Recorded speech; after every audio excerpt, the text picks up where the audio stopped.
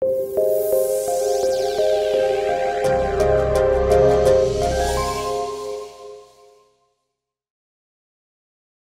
was always a kid that didn't read the instructions, and apparently I've committed a huge TED faux pas by having written it out. So I'm supposed to stand here like a casual tech billionaire who just knows what he's saying to man. Hello everyone, thank you for inviting me. My name is Paul Farrer, and I've been in the music business for 28 years, and all I've ever done is compose music for TV programs. I've composed music for Dancing on Ice, The Chase, Gladiators, Weakest Link, Judge Rinder, who took that picture actually. That's me doing the music to his show. I've just finished a big job with Gordon Ramsay for his new TV series. What I want to talk to you today about is working on a show for the BBC that I composed the music for last year. Michael McIntyre, as you know, is a very hugely successful comedian. And the BBC have created a wonderful fun show, sort of an old-fashioned variety type show for Saturday nights called Michael McIntyre's Big Show. It's all terrific fun, and for me, the theme music part of it at least was a very standard composing job. They ring me up, they tell me what the show's about, we talk about style, what time it's on, what the music needs to do, all those sort of things. I come up with a few sketches, and eventually we hone it down to something hopefully fun, catchy, and memorable.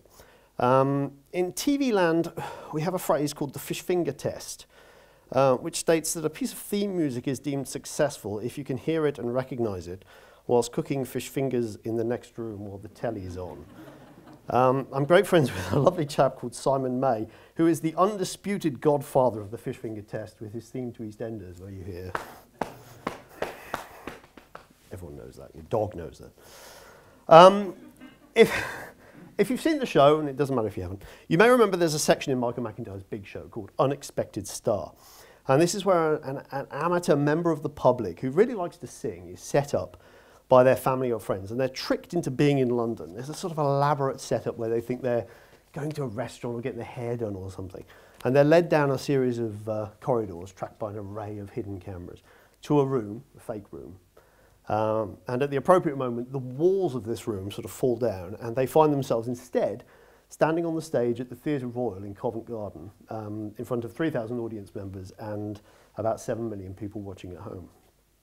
After the initial shock, they're then sent backstage to prepare, get their hair done, before being put back on stage to entertain the nation at the end of the show. It's brilliant, it's great.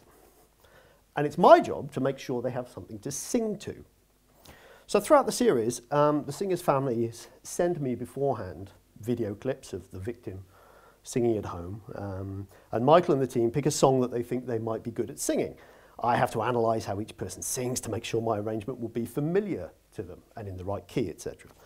The song I want to talk about is Irving Berlin's classic White Christmas, a very famous song, which appeared at in the last show of the second series, which was broadcast on the most recent Christmas Eve we've just had. Now, for reasons best known to the people in Teleland, the shows were all recorded in the autumn. BBC wanted really good production values for this track, a big end of series type moment. The unexpected stars were, in fact, in this episode, there were an amateur choir of nurses, so it was about 15 or 20 of them, who had no idea they were all being lured onto the stage, and even less idea that in the middle of singing to all these people, they would be joined halfway through by their heroes Michael Ball and Alfie Boe. Short, it was going to be a really wonderful and surprising telly moment, as they say. This was to be the climax of the show, and also a festive climax of the whole series, a series that so far we've been nominated for 2 BAFTAs, and each episode had beaten the X Factor in the all-important Saturday night ratings. There's a thing in my script here that says, pause for rapturous applause at somebody beating the X Factor finally. Well done. So to achieve a classy sound, I knew what we needed. We needed a live string section. We needed it to be big. I wanted French horns, I wanted brass, I wanted guitars, I wanted the whole thing. We also need a guide vocal, so when they're backstage sort of learning, they can sort of hear the song being sung, and so they can sort of get familiar from it. So when they're sort of like, you know, getting their hair done and having their makeup done by an army of stylists before they're being thrust onto the stage, I've at least heard it a couple of times sung as they're supposed to have sung it. So anyway, for my job to get this song ready, I would have expected that typically to arrange a piece of music like this, do it right, would probably take between 8 to 10 days if everything was organised properly and planned in advance. Unfortunately, because this is show business, it wasn't well planned in advance. And from the moment that Michael and the production told me what song they wanted to do, to the moment I had to deliver the finished track to the Theatre Royal in Covent Garden, where dozens of dancers, lighting people, choreographers, camera, sound people were all waiting, the absolute must-not-miss deadline was, in fact, 72 hours. Get the whole thing done. But that's not the scary part of the story. The scary part of the story is that, like many people at the end of August, I was on holiday in south of Spain. And it gets even worse. I get the call telling me they needed it, and when they needed it, literally as I was loading up the car, ready to start driving back to the UK, a journey that I'd estimated would, by an unhappy coincidence, take almost exactly 72 hours. Over the course of my career, I've watched music recording technology really obey Moore's law to the letter. As it shrinks, it becomes exponentially more powerful. And for the recording musician like me, it's meant that instead of a recording studio being, as it always typically was, a really expensive, huge London-based place in a fixed location, these days, guys like me, we all carry our studios around with us. And just like a doctor on call with his medicine bag, I never leave home without at least some sort of recording capability for eventualities, something like this. I'm never at work, so I'm kind of always at work, really, which suits me. In this case, on my journey back, it was a tiny little thin MacBook Air and this tiny little MIDI keyboard. This fits in my back pocket quite nicely. So, packed up the car, as my friend Levy and I set off to drive back to the UK through the arid, empty, mountainous landscape of southern Spain in 35-degree heat. I was in the back seat, hunched over this tiny keyboard, trying to recreate the classic Christmas favourite that conjured up images of snow falling in New York in the 1930s. The internet's changed like so many aspects of our lives. And for musicians, what has happened is it's seen a huge number of us return to being cottage industries. All across the world, there are amazing, talented performers and singers who are ready to remote record.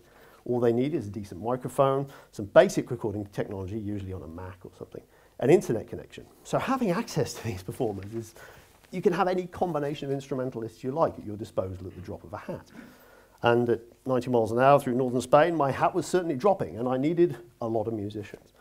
So after finalising a basic skeleton arrangement in the back of the car using the little keyboard, I connected my laptop using my phone's 3G signal and uploaded all the musical scores to a server, along with a very rough backing track of White Christmas. And I linked all the musicians in to those bits and said, there you go. And to give you some idea how far-ranging it was, my violinist and cellist were in Manchester, French horn player was in Sweden, the vocalist was in Norway, the drummer was in London, and the guitarist was in a hotel room in Hong Kong because he was on tour with a famous rap artist. Would I have preferred us all to be in one place together? Yeah, absolutely. I mean, would the art of true collaborative musicianship have been better if we'd all been performing together and feeding off each other's creativity? Of course it was. But I was currently bombing through Spain, 3G phone signal was patchy, and the backseat of my car is only of limited size. If you know any musicians, you'll know the kind of vast majority of musicians are musicians in the first place because they don't like being told what to do and when to do it. This curious little deeply uncool section of the industry that I work in is entirely about being told what to do and when to do it. And if, like me, you get a kind of a buzz out of the efficiency of a job well done, it's really satisfying being able to pull rabbits out of hats in extreme and often contradictory circumstances. If you surround yourself with like-minded people to collaborate, you'd be amazed what you could be achieved. For example, by the time we'd reached the Pyrenees Mountains and crossed the French border, all the musicians working on the tracks had emailed me back their signed contract. I transferred their fees using the bank app on my phone. And it was all happening. This was the very definition of a non-zero-sum game. Everybody wins. My clients, the BBC, get some great production values for a high-profile show, which they probably shouldn't really have expected given the last-minute nature of the job. My musicians get to do a job of work in their own time without leaving their own homes. No commuting, no waiting around for studio sessions to start. And, you know, best of all, I get to sit like a veal calf in the back of a car, not having to worry about looking out of the window at the scenery at any moment, which is great. It's a win-win. I mean, even the song's composer, Irving Berlin, he died in 1989, and even he wins a little bit as his estate will earn some posthumous royalties for the music having been used. The only actual loser that I could see was my mate, who ended up doing way much more of the driving than I promised he'd have to. But he did get to enjoy hearing the same song played over a few thousand times on the journey back, so, you know, every cloud. It was around the Dordogne in central France that I started to hear a glimpse of this song coming together. Emails began arriving with cello recordings, then some brass parts, vocalists, percussions, violas, violins, and eventually a full orchestra was assembling in front of me. But for obvious reasons, I didn't feel like a conductor with a baton. I felt more like a conductor of a train, picking up performers as we're going through, on our magical mystery tour of buskers, effectively. You might think that show business is a glamorous endeavour, but anyone who thinks that has clearly never lurked outside a McDonald's drive-through at a French truck stop trying to leech off their Wi-Fi to download some trombones. Routing the audio of this little laptop through the car's speakers helped me get a mix sounding as good as it possibly could under the circumstances, balance all the levels up. And as the final audio pieces fell into place, I had, balanced on the dashboard of my car, my finished recording, made entirely in a vehicle, using minimal recording technology. The entire studio for this project weighed less than a single French horn. The final mix was ready to upload to the BBC servers so they could start rehearsing before the show and make the whole thing appear as if Irving Berlin's perennial Christmas favourite was just wafting from the rafters of the theatre at precisely the right time, as effortlessly as the fake snow, which was programmed to appear in the last chorus when Michael Ball and Alfie Boe appear stage left. As it happened, I'd wrapped the whole project up while I was in the Channel Tunnel, which, it turns out, has better mobile data coverage than we get here in Malvern. Right? And I pushed send on what would be almost the final email of the series, pausing to reflect that many millions of people around the world were about to hear something created by a collection of fantastically talented people that had never met, who wouldn't hear each other's work until the show was broadcast, all of which was delivered to the BBC on budget, ahead of schedule, from a quarter of a mile underneath the seabed. There's a great phrase which states, if it wasn't for the last minute, a lot of things wouldn't get done at all. And believe it or not, I'm a huge fan of limitations, particularly technology limitations. To people in my game, deadlines are your friend. I'd rather have a crazy deadline with everyone's creative minds focused on a singular outcome than months of endless discussions and variables and meetings. And in a way, the scrambled and panicky way that this piece came together was actually really close to how a traditional theatre variety show would have been made in the old days. A musical decision's made, the musical director hurriedly scribbles out score parts and hands them around to the orchestra in the pit. It remains, in equal measure, terrifying and exhilarating. It's really exciting.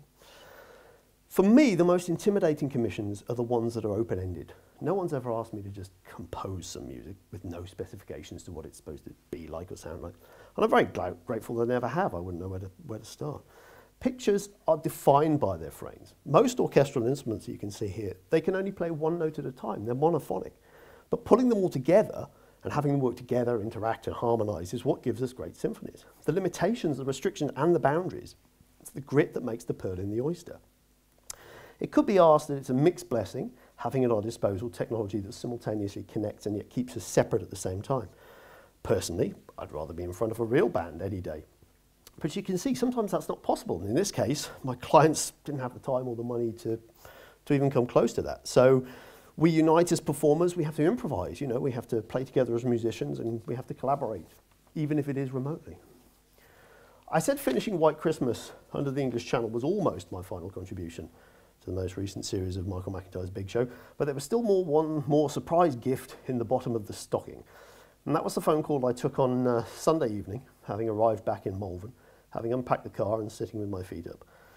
Alec Jones was a last-minute surprise guest, and Michael thought it would be terrific fun if he and Aled did a sort of a short, jokey version of the song that he's best known for, Walking in the Air, you all know it. As you might remember, it's a lavish orchestral piece with swooping strings, choirs, brass, basically the entire musical kitchen sink. Sure, I said on the phone, I can do that, but I mean, how long have I got?